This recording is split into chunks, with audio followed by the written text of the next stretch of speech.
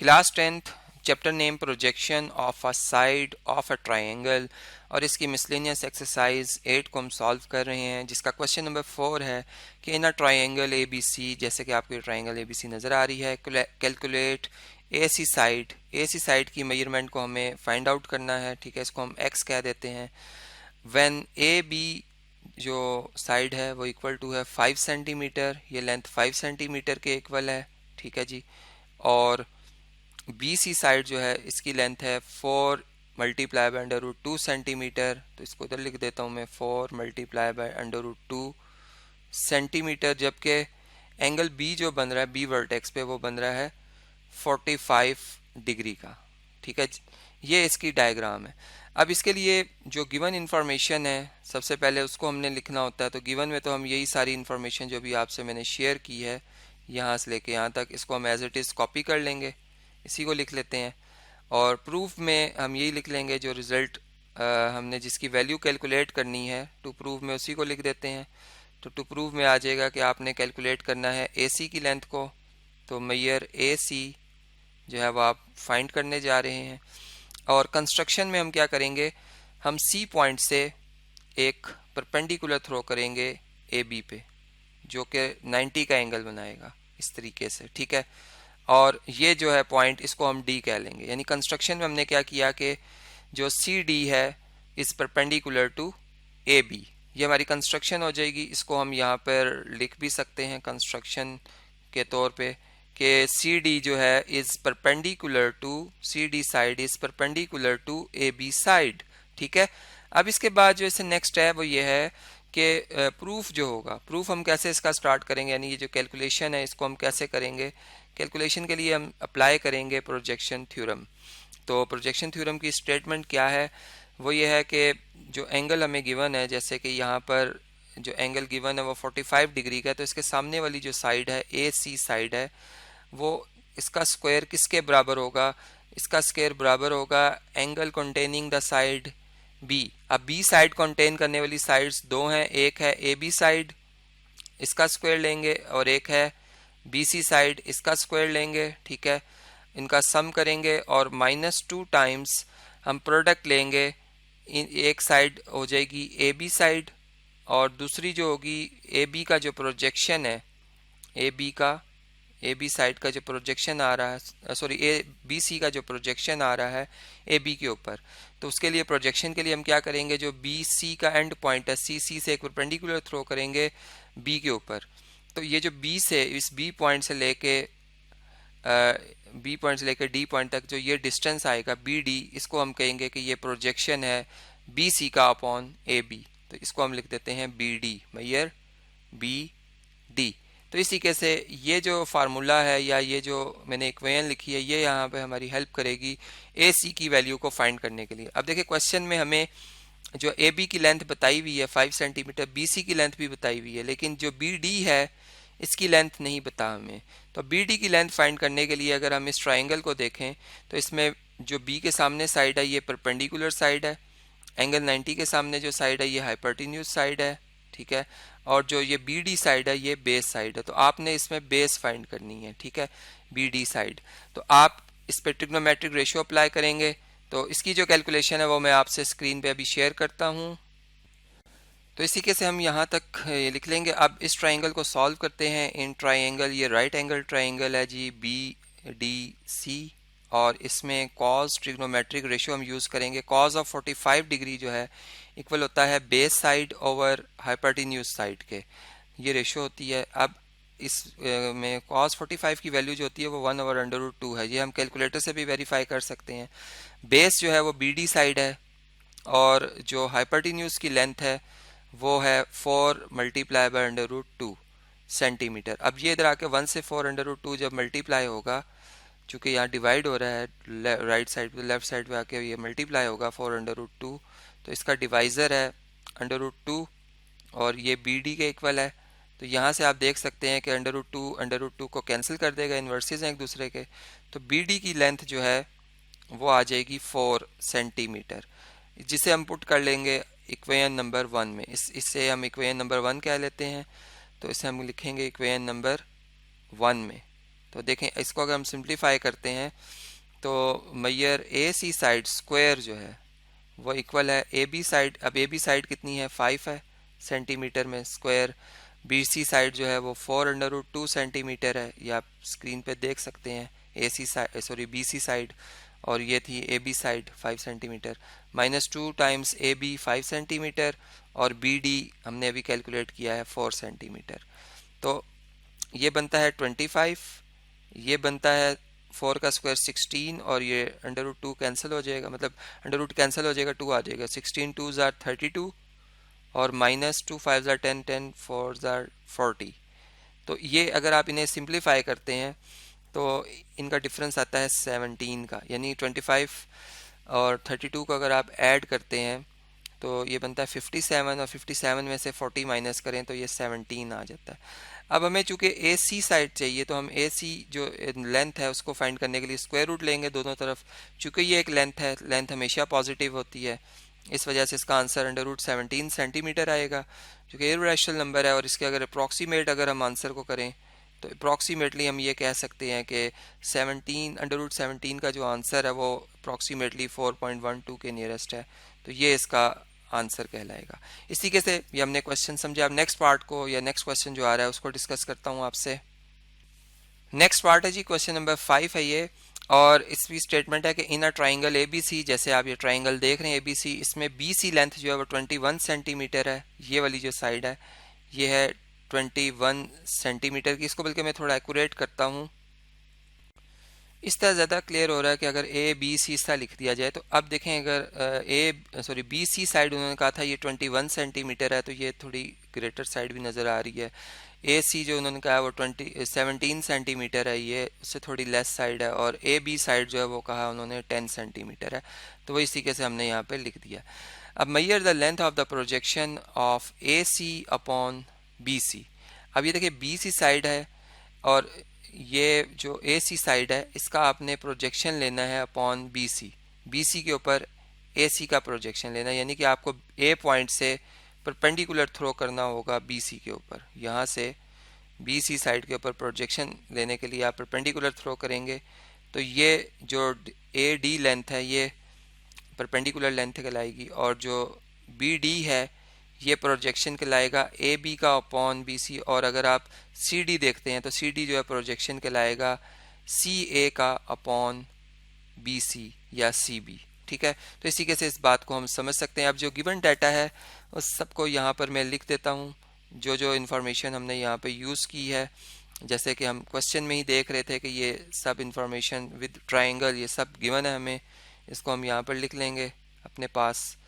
और प्रूफ में हमें projection of A C upon जो है वो बी सी जो है वो फाइंड आउट करना है, तो उसको भी मैं यहाँ पर लिख देता हूँ।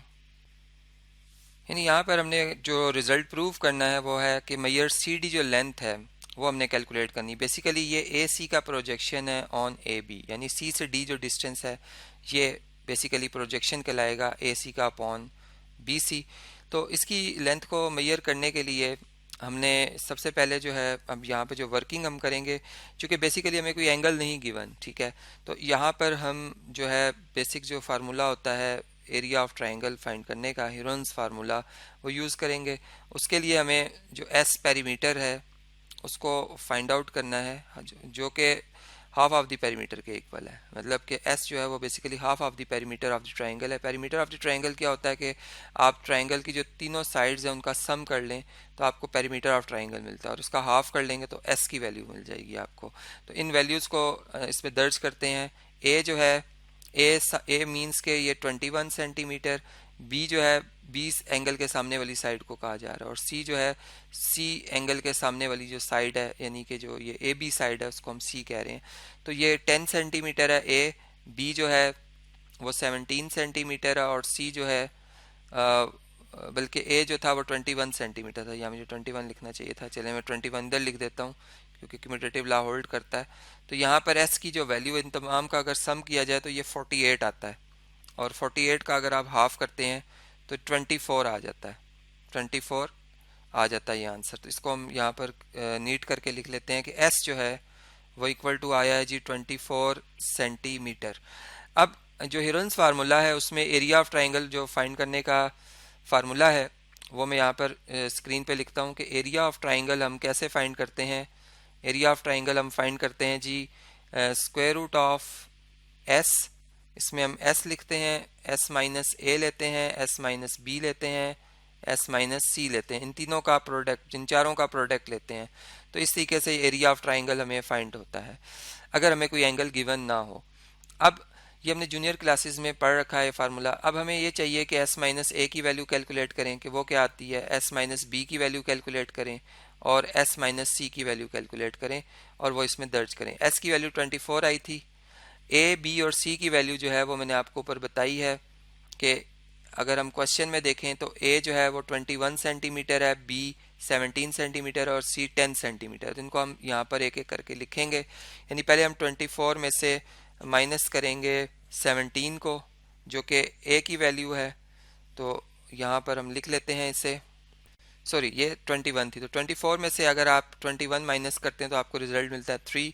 24 में से 17 को आप माइनस करते हैं तो आपको मिलता है रिजल्ट 7 और 24 में से अगर आप 10 को माइनस करते हैं तो आपको रिजल्ट मिलता है 14 का। तो इसलिए अगर हम ये तमाम वैल्यूज़ अगर इक्वेशन नंबर 1 में दर्ज करते हैं तो इक्वेशन नंबर 1 से हम एरिया ऑफ ट्राइंगल जो ए बी सी है, बेसिकली जो हमारी बड़ी ट्राइंगल ए बी सी है, हम उसका एरिया निकाल रहे हैं यहाँ पे। तो area of triangle A B C जो है वो इक्वल टू हो जाएगा अंडर रूट, अब इसमें s की वैल्यू थी जी 24, इसको मल्टीप्लाई करेंगे s माइनस ए से जो कि 3 है, फिर s माइनस बी से जो कि 7 आया है और s माइनस सी जो कि 14 आया है।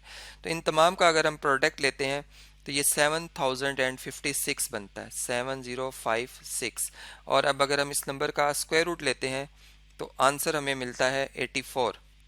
तो एरिया ऑफ ट्राइंगल जो हमें मिल रहा है, area of triangle A B C, वो आ गया है 84 सेंटीमीटर, ठीक है, स्क्वायर्स में। ठीक है जी। अब हमने यहाँ पे ये वर्किंग करनी है कि एरिया का जो ट्राइंगल के एरिया का फार्मूला है, बेसिक फार्मूला, वो हमें पता है कि एरिया ऑफ ट्राइंगल किस तरह से निकाली जाती है। अगर हम ए बी सी ट्राइंगल की बात कर रहे हो, हम हाफ मल्टीप्लाई बाय बेस और मल्टीप्लाई बाय हाइट करते हैं, मल्टीप्लाई बाय हाइट करते हैं। ठीक है, तो अब यहाँ पे हमने इस चीज़ को देखना है। इसको मैं थोड़ा सा इधर मूव कर देता हूँ स्क्रीन से ताकि हमें क्लियर हो जाए ये। तो एरिया ऑफ ट्राइंगल के लिए अब हम देखते हैं कि बेस साइड और हाइट कौन सी साइड को लिया जा सकता है। देखिए, अगर बेस अगर हम बी से सी साइड को रख लें, ये बी सी साइड जो कि 21 सेंटीमीटर है, तो ए डी उसके लिए हाइट है। ए डी उसमें क्या है, हाइट है। तो हम ए डी की जो वैल्यू है वो कैलकुलेट कर सकते हैं। ठीक है, हम ए डी की वैल्यू कैलकुलेट कर सकते हैं। असल में हमने फाइंड करना है सी डी, लेकिन मसला ये है कि हमें सी डी फाइंड करने के लिए, चूँकि ये सी डी अगर आप देखें तो एक राइट एंगल ट्राइंगल के अंदर बेस साइड है, तो उसमें ये जो साइड आपको येलो कलर में नज़र आ रही है ये परपेंडिकुलर साइड है और ये वाली साइड जो हाइपोटेन्यूज है। हम पैथागोरस थ्योरम यूज़ करना चाह रहे हैं, लेकिन हमें ये दोनों साइड अभी अननोन है, तो हम पैथागोरस थ्योरम नहीं अप्लाई कर सकते। चूँकि दो अननोन हो और एक नोन हो तो आप ऐसी इक्वेशन नहीं यूज़ कर सकते जिसमें 3 मतलब वेरिएबल आ रहे हो और उसमें से एक पता हो और दो ना पता हो। ठीक है, तो इसको पहले फाइंड करेंगे और फिर हम देन सी डी की लेंथ जो फाइंड आउट कर सकते हैं। तो इसलिए ये वर्किंग मैं कर रहा हूँ यहाँ पे। तो एरिया ऑफ ट्राइंगल हम फाइंड कर चुके हैं कि वो 84 स्क्वायर सेंटीमीटर है। हाफ बेस साइड जो है वो मैंने बताया आपको 21 है और हाइट जो है वो हमने अभी देखा था वो क्या थी, वो ए डी हमने रखी थी। एक दफ़ा क्विकली इसको दोबारा देख लेते हैं जी। ए डी साइड को हमने हाइट कहा था, तो इसको मैं यहाँ पे लिख देता हूँ कि ए डी साइड जो है वो क्या है, हाइट है। अब देखें इसकी कैलकुलेशन को अगर हम करते हैं तो 84 और 2 इधर आके मल्टीप्लाई हो जाएगा 84 से, और 21 जो है यहाँ डिवाइज़र में आ जाएगा और इक्वल टू आ जाएगा मैयर ए डी साइड के। अब ए डी साइड को निकालने के लिए 21 के टेबल से अगर आप देखें तो 21 1s आर 21, इसको मैं रेस करता हूँ, 21 4 टाइम 84 होता है और 4 2s आर 8 होता है। यानी ए डी की जो लेंथ आ रही है वो आ रही है 8 सेंटीमीटर। ठीक है, तो इस तरीके से हमें ये जो है साइड ये पता चल गई है, ये 8 सेंटीमीटर है। अब हम इतनी सी जो ट्राइंगल है इसमें चूंकि हमें सी डी साइड चाहिए, हम इस पर पैथागोरस थ्योरम यूज़ कर सकते हैं। तो इसकी जो पिक्चर है उसको मैं नेक्स्ट स्क्रीन पर शेयर करता हूँ आपसे और फिर आपसे डिस्कस करता हूँ